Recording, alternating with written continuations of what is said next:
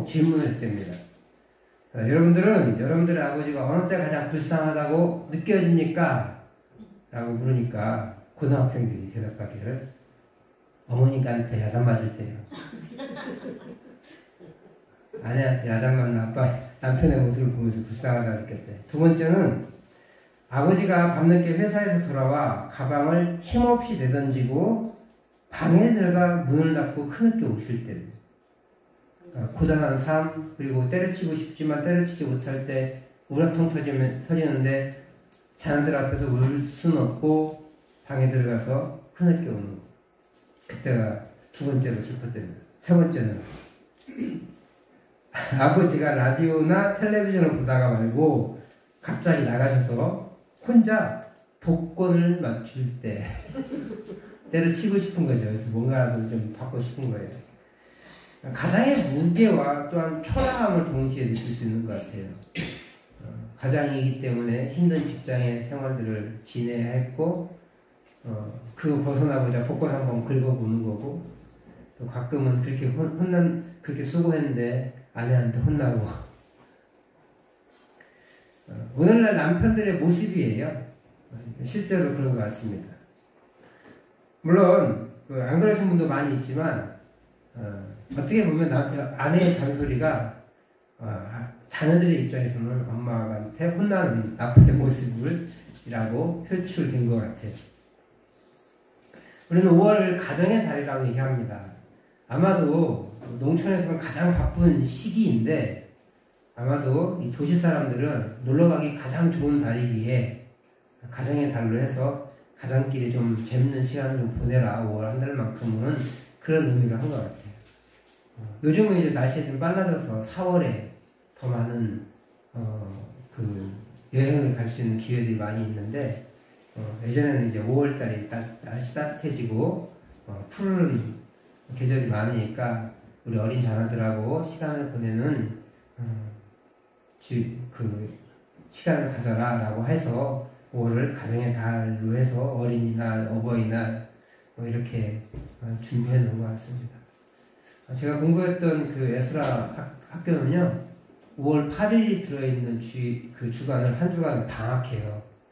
그러니까 어린이들하고도 놀고 부모님 찾아뵈라고 하는 것 같아요. 그래서 그렇게 한 주간 쉬었다 오고 이렇게 지치지 않게 또 공부에 더 열심히 매진할 수 있도록 그렇게 배려하면서 딱 중간쯤에 5월에 방학을 줘서 조금 부모님들하고 시간을 보내고 오십시오 라고 이렇게 격려하게 됐던 것을 기억합니다.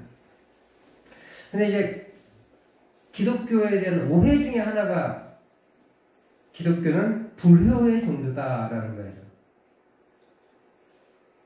왜 그렇죠? 제사 안 지낸다고. 이유는 딱 한 가지예요. 제사 안 지낸다고. 제사 제도가 제사를 지내지 않는 불효의 종교라는 낙인이 찍혀 있어요. 그러나 사실 기독교만큼 효를 강조하는 종교는 없어요. 그 덕목을 보면 되는데 성경에서 가장 중요한 법령이 뭐예요? 십계명이에요. 이스라엘은 십계명이 그 나라의 헌법입니다. 가장 기초가 되는 헌법이에요.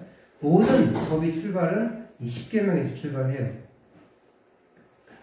그러니까 이스라엘의 모든 법이 여기 출발하는데 그 법정신이 들어있는 핵심 십계명은 부모 공경을 법문화했어요. 더 놀라운 것은 십계명은 크게 두 부분을 나눠요. 이 첫 번째에서 네 번째 계명은 하나님 사랑, 다섯 번째에서 열 번째 계명은 이웃 사랑이에요. 그래서 예수님이 가장 중요한 분명을 두 가지 얘기할 때 첫째는 하나님을 사랑하는 것이고 둘째는 이웃을 내 몸과 같이 사랑하는 것인데 그와 같다고 했어요. 뭐가 같다고? 앞의 계명과 동일하게 같은 것인데 이웃을 사랑하는 거예요. 그러니까 하나님 사랑과 이웃 사랑 순서는 다르지만 거의 동등하게 비춰줘야 된다. 그래서 하나님을 사랑하면 이웃을 사랑해야 된대요. 그러지 않으면 하나님을 사랑하기 때문에 이웃이 내버려질 수 없다는 거예요.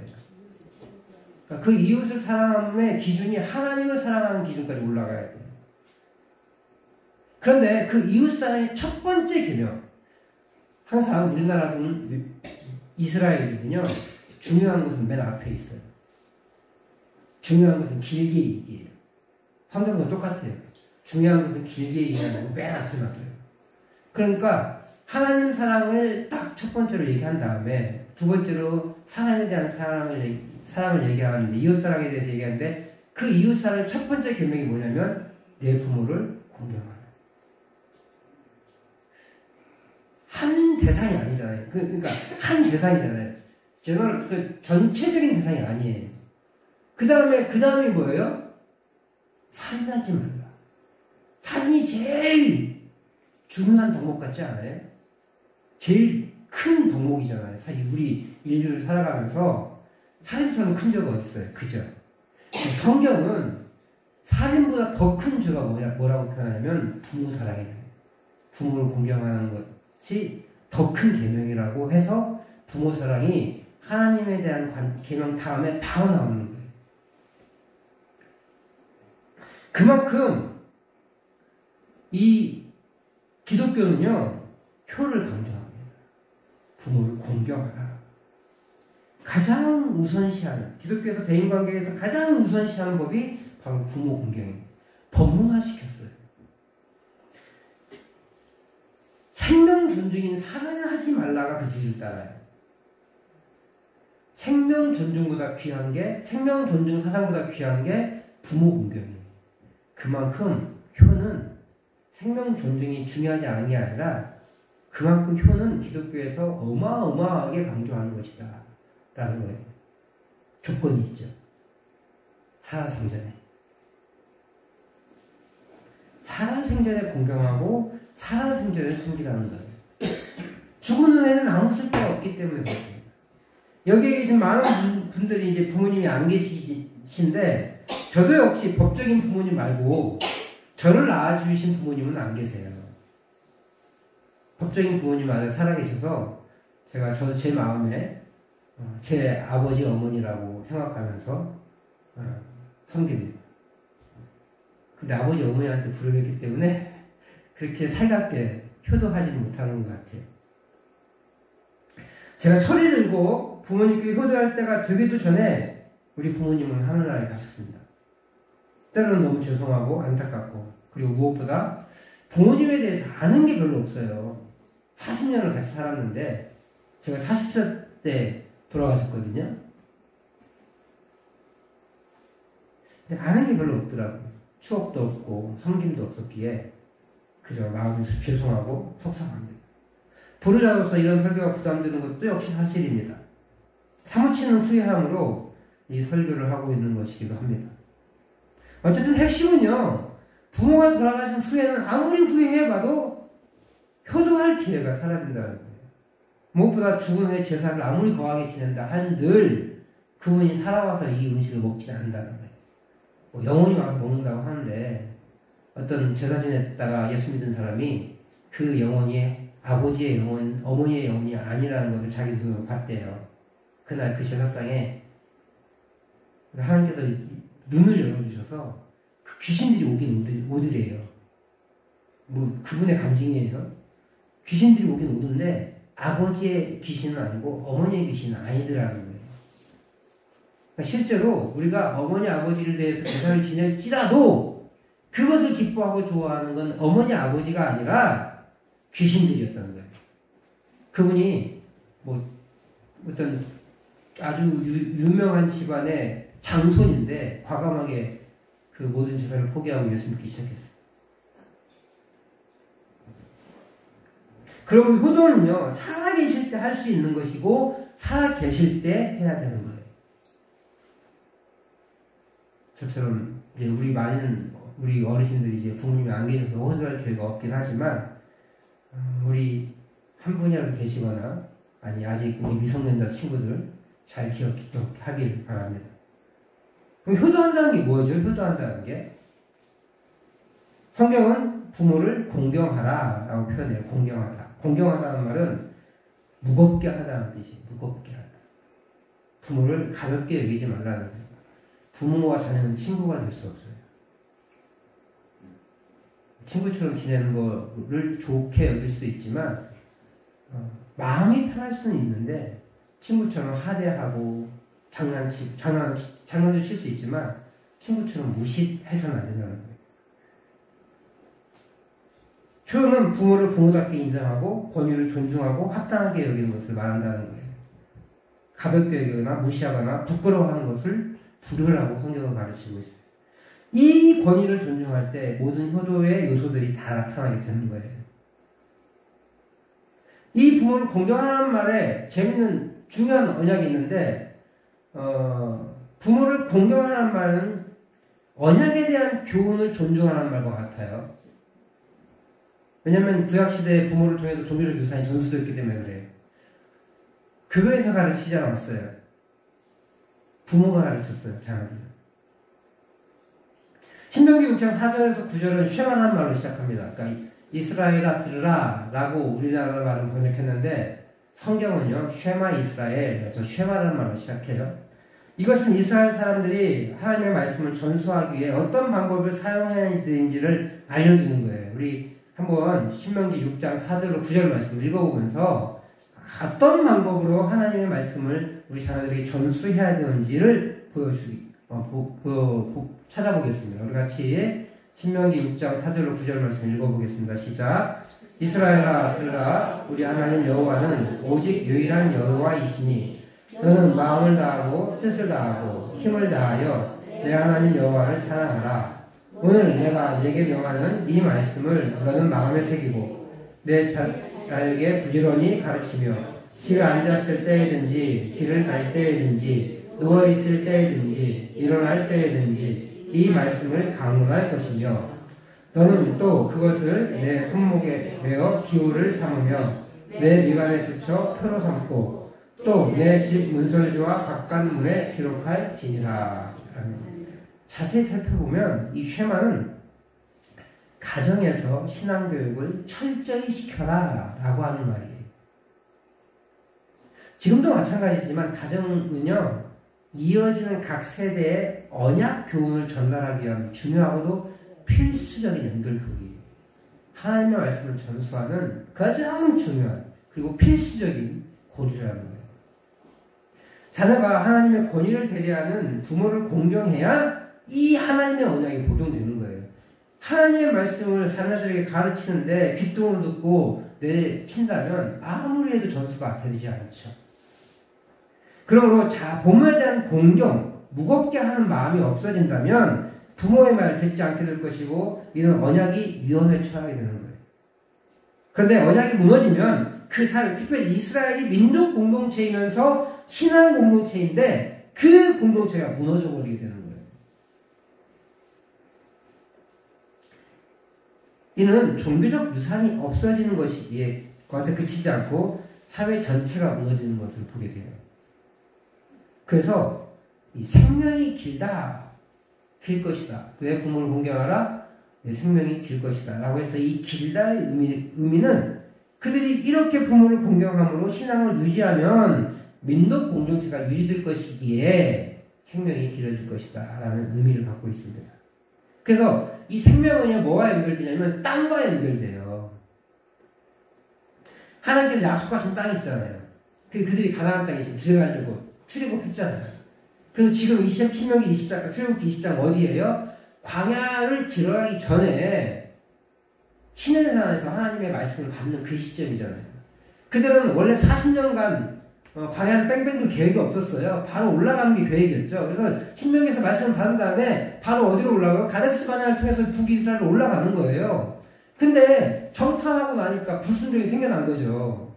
그러니까 니네 안 돼. 이 말씀대로 살아가려면 광야를 돌아야 돼. 라고 해서 광야를 40년을 돌리신 거예요. 38년 동안. 이 말씀 받아가지고 이스라엘 땅, 가나안 땅으로 들어가라. 라고 하는 거죠. 근데 땅과 연결된 거예요. 다시 말해 생명이 길다는 것은 가나안 땅에서 추방되지 않고 오랜 기간 동안 약속의 땅에서 살게 될 것이다. 이 약속의 땅은 누구에게 주면서 처음에? 아브라함에게 주죠. 아브라함부터 시작된 그 언약의 약속의 말씀이 가나안 땅에 정착하는 것인데 그 가나안 땅에서 정착하는 그 생명이 길게 될 것이다. 부모를 공경할 때. 저 당연히 전쟁이 안 나니까 남자들이 일찍 안 죽겠죠. 그렇게 길어지는 거죠. 그런 것도 포함하고 있어요. 그런데 이 부모들이 하나님의 말씀을 자녀들에게 가르치지 않는다면 그들은 제대로 된 복음을 들을 수가 없는 거예요. 그래서 자녀 교육을요, 학원이나 학교, 교회에 막 떠맡기만 안 돼요. 사실 우리 두 자녀가 학원 다니니까 아빠 엄마가 할 일이 별로 없어요. 편하긴 하더라고요. 근데 어떻게 잘하고 있는지 모르겠어요. 옛날보다 점수가 더 안 나왔어요.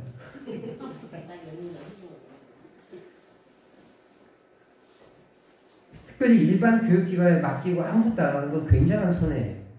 돈을 들여서 하는 것은. 하나님과의 바른 관계를 맺어야 하는 것이 자녀 교육이라면 이 교육을 통해서 자녀의 삶이 풍성해지는 거예요. 이런 측면에서 자녀가 부모를 공경하는 것은 하나님의 법이 전수되는 중요한 통로로서 하나님의 법이 유지되는 배경을 주님께서 말씀하시는 거예요.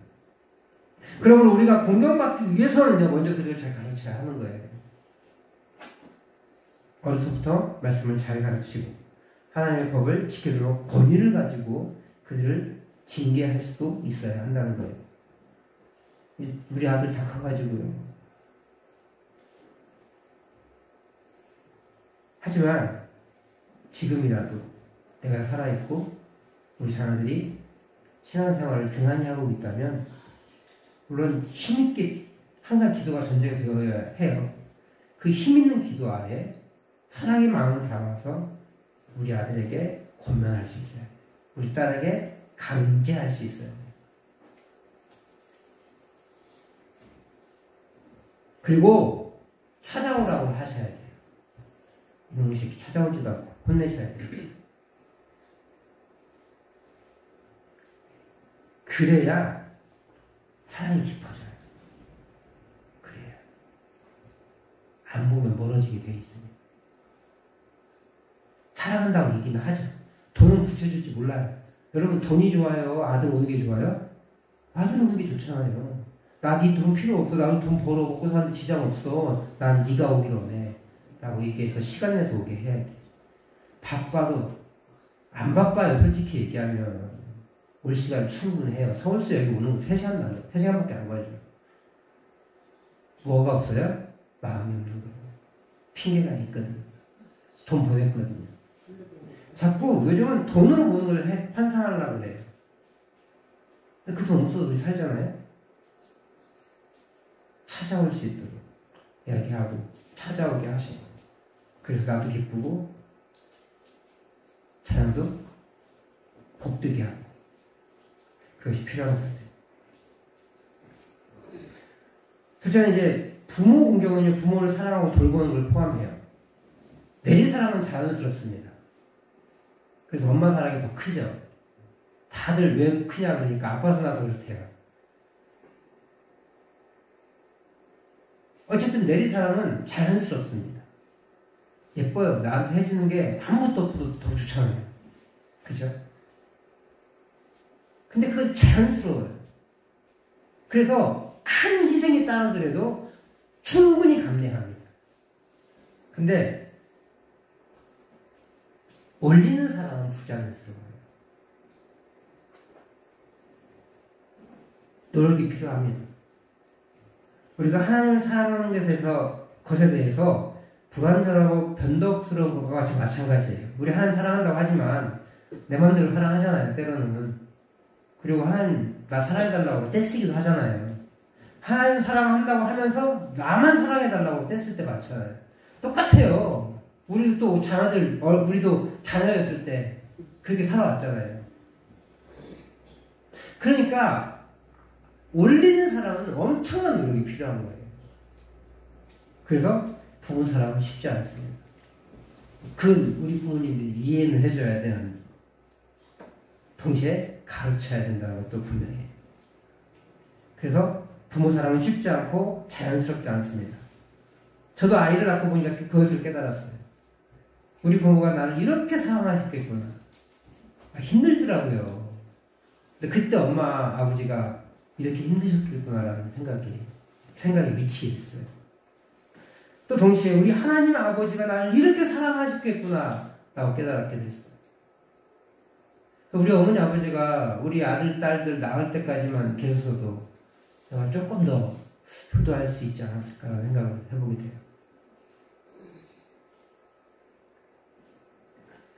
다만 그때 우리 부모님이 이미 돌아가셔서 할 수가 없었어요. 너무 안타깝고 죄송하고 그래서 눈물을 흘린 적이 있었습니다. 그럼에도 불구하고 순종에는 경계가 있어요. 한계가 있다는 거예요. 에베소 6장 1절 말씀을 보니까 이렇게 되었습니다. 우리 같이 한번 에베소 6장 1절 읽겠습니다. 시작. 자녀들아 주 안에서 너희 부모에게 순종하라. 이것이 옳으니라. 순종하는 것의 핵심은 주 안에서라는 거예요. 부모가 자녀의 신앙의 길을 가로막거나 비윤리적인 가르침을 베풀 때 자녀는 그 가르침을 따를 수 없습니다. 내가 이제 말씀 준비하면서 설교를 하나 들었는데 그 목사님이 그러시더라고요. 나는 예수 믿기 싫으니까 너 나한테 예수 믿으라고 교회 다니라고 하지 마! 라고 부모가 그랬다고 해서 그 부모의 말에 권위에 순종하기 위해서 부모에게 복음을 증거하지 않는 건 죄라고. 그것은 거슬려도 된다는 거예요. 더 중요한 것이 부모를 구원하는 것이기에. 우리가 유념해야 할 것은 우리의 의보다 더 중요한 것이 하나님과 그분의 의로움이에요. 그러므로 우리가 자녀를 양육할 때는 에베소 6장 4절처럼 주의 교훈과 훈계를 양육해야 되는 게 분명합니다. 내 욕심으로 하는 게 아니에요. 하지만 부모의 가르침이 하나님 뜻에 부합하지 않을 때에도 우리 자녀들은 부모에 대한 존경과 애정을 잃지 않도록 주의해야 돼요. 우리 부모 무식해. 우리 부모 뭐 신앙도 없어. 그렇게 하면서 무시할 게 아니라 존경과 애정은 필수적으로 가지고 있어야 한다는 거예요. 순종의 한계가 분명히 존재하기는 하지만 부모 공경은 약속의 첫 번째 계명이에요. 부모 공경은 장수와 형통을 함의 복이 약속되어 있어요. 그러므로 우리는 하나님께 순종하는 것과 같은 태도로 부모의 가르침에 순종할 줄 알아야 돼요. 그리고 부모를 사랑하고 노년에 돌봐드려야 합니다. 문제는 우리가 이렇게 생각한다는 거예요. 어머니는 그렇게 해도 되는 줄 알았습니다. 뉘앙스를 아시겠죠? 우리 부모는, 특별히 어머니는 늘 있으니까, 같은 편, 내 편이니까, 편하니까 함부로 대해도 되는 줄 알았습니다. 라는 고백인 거예요. 나보다 학문이 짧고 힘도 없고 그러니 무시하고 함부로 말하고 그리고 쉽게 대합니다. 존경과 존중은 뒤로 하고 깔봅니다. 부모니까, 특히 어머니니까 그렇게 가깝게 생각되니까 그렇게 쉽게 여기는 거예요. 가까울수록 예의를 지켜야 돼요. 제 경험에 어떤 분이 가까우면 농담을 좀 지나치게 하시는 분이 있었어요. 그리고 반말해서 안 좋을 것 같은데 하는데 반말로 이렇게 틱틱거리면서 상당히 굉장히 기분 나쁘게 하고 예의를 너무 하는 거예요. 근데 그분하고 관계가 다 소원해지더라고요. 그분도 깨달아요. 내가 조심해야 되겠어. 라고 하시는데 그 다음에 또 똑같이 행동하세요. 가까울수록요 실수할 수도 있죠. 근데 예의를 더 갖춰야 되는 거예요. 그러니까 우리 부모를 대할 때도 마찬가지인 것 같아요.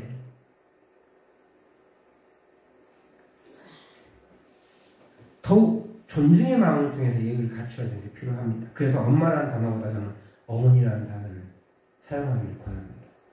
저도 어머니한테는 엄마라고 부르긴 했었는데 아버지한테는 자연스럽게 아버지라고 불리더라고요. 나이가 처들기 시작하니까. 친밀감도 떨어지는 사실이에요. 하지만 어머니라고 부르는 그 순간 우리의 마음가짐이 가다듬어지거든요. 함부로 말해나가지 않습니다. 이미 어머니라는 단어 속에는 존경과 존경이라는 의미가 담겨져 있기 때문에 그렇습니다. 그러므로 이제 공경을 위해서는 말투도 좀 고칠 필요가 있는 것 같아요. 그리고 아직 믿지 않는 부모가 있다면 복음을 전하고 기도해야 해요. 자주 찾아뵙고 빈손으로 가지 말고 꼭 뭐라도 한 가지 가져가셔야 합니다. 우리 자녀들이 집에 찾아올 때 준서야 꼭 아버지를 위해서 어머니를 위해서 먹을 걸 사오길 바래. 휴가했을 때. 아들 딸이 또 좋아하고요. 또 중요한 일은요 부모가 상의해야 돼요. 우리 예준이 예은이도 어떤 일을 결정할 때 항상 아빠 엄마에게 물어볼 수 있길 바래요. 엄마가 뭐라나 하지 말고 늘 이야기하고 내 이야기에 가까이 하는 그런 게 필요해요. 근데 이 자녀들이 그렇잖아요. 통보하잖아. 엄마 나 이렇게 할 거야. 그죠? 왜 그래요? 자기 혼자 결정했기 때문에. 근데 어려서부터 서로 상의하지 않아서 그래요. 그러니까 훈련돼야 돼요. 그것도 이 모든 것들은 훈련돼야 돼요. 왜 그랬어요? 우리들도 우리 자녀들에게 상의해 본 적이 없거든요. 따라와! 뭐 이랬지. 네가 뭘 한다고 그러면서 따라오라고 그랬지. 그게 습관된 거예요. 그런데 대화가 끊어지면서 그렇게 된 거죠. 지금이라도 늦지 않았어요. 대화 계속 하십시오. 우리 자녀들하고. 야, 이런데 어떻게 하면 좋을까? 엄마가 갑자기 왜? 아니 근데 네가 더 좋을 것 같아서. 그럼 자녀들이 절대 싫어하지 않습니다. 야, 이거 해야 되는데 돈 줘. 그럼 싫어해요. 네. 야, 이렇게 해야 되는 게 어떨까? 돈이 필요하겠네? 그렇기도 하지. 네. 그럼 엄마 내가 어떻게 좀 할게? 이렇게 되는 거잖아요. 야, 이거 안 좋다. 이 해야겠네? 그렇긴 하지. 그렇지 않겠어요? 나 이빨에 돈 줘라! 이러면 뭐, 엄마는 돈, 내가 은행이야? 이런 말이 나오는 거예요. 사실 부모가요, 나보다 학문이 짧아도 지혜가 훨씬 깊습니다. 그리고 무엇보다 뭘 해요? 자식을 엄청나게 사랑하기 때문에 자식에게 유리한, 자식에게 더 좋은 일을 찾아나고 또 그분이 희생하기 때문에 필요해요. 부모가 살아계심을 기뻐할 줄 알아야 돼요. 뿐만 아니라 실질적인 도움을 드려야 돼요. 부모가 필요할 때. 부모의 필요가 무엇인지 찾아봐야 돼요. 아까도 얘기했지만 부모 사랑에는요, 노력이 필요합니다. 부모가 자녀를 위해서 희생하는 건 너무 자연스러워요. 그냥 딱 나와요. 근데 자녀가 부모를 위해서 하는 건 뭔가를 거슬러 올라가야 돼요. 그러니까 노력하지 않으면, 애쓰지 않으면 그게 쉽지 않아요. 그래서 우리의 손에도 좀 감사할 줄 알아야 되는 거예요. 왜요? 우리 부모님은 나를 위해서 훨씬 큰 손해를 감사하셨기 때문에 그렇습니다. 내가 먹은 나이만큼 감사했어. 내가 50인데 우리 부모님이 살아계신다. 그럼 50년간 나를 위해서 수고하신 거예요. 그렇게 해서 부모와 좋은 관계를 맺는 것이 중요해요. 근데 부모에게도 노력이 필요합니다. 네가 나한테는 뭐 해줘라 이게 아니라 말하세요. 몰라요. 나 네가 이번 지나긴 했지만 어버이날에 왔으면 좋겠다. 와라. 밥이라도 함께 사줘라. 이렇게라도 하셔야 돼요. 투덜거리면서 올 거예요. 지난주에 이렇게 많이 오셔서 참 감사하고 좋았어요. 같이 예배 참석하는 게 너무 감사했고, 안 오시면 안 왔다면 뭐라고 하세요. 찾아가든지. 그 목사님 설교가 그렇더라고요. 여러분 여기 안 앉아있어도 돼요. 가서 어머니랑 예배드리세요. 그러더라고요. 미국에 사시는 목사님인데 그 다른 주에 가서 비행기값 아끼지 말고 가서 부모님과 함께 예배드리세요. 부모님은 그걸 훨씬 더 기뻐하세요. 그렇지. 가르치십시오.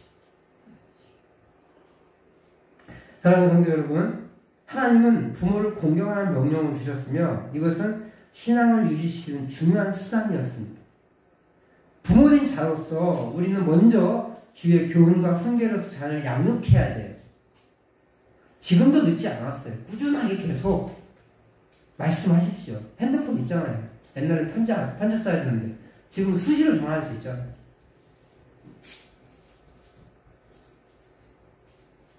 그러한 결과로서 공경받는 부모, 신앙을 전수하는 부모님이 되실 수 있기를 축복합니다. 무엇보다 자녀된 우리로서 부모님을 가볍게 여기지 말고 공경, 즉 부모를 무겁게 여기심으로 그분을 돕고 섬기고 잘 찾아뵙고 필요한 것을 채워주시는 우리 자녀들 되기를 축복합니다. 그럴 때 기뻐하는 가정이 이루어질 수 있어요. 이 가정의 주일, 우리 주님의 기쁨은 우리 구미중앙교회 성도님들이 가정에 그 기쁨이 서로 사랑함이 넘치는 거예요. 우리 주님이 그걸 기뻐하실 거예요. 우리 교회가 그렇게 주님의 기쁨이 넘쳐나는, 그래서 가정에 늘 화목함이 넘쳐나서 주님의 기쁨이 넘쳐나는 그런 교회 되시기를 주의 이름으로 축복합니다.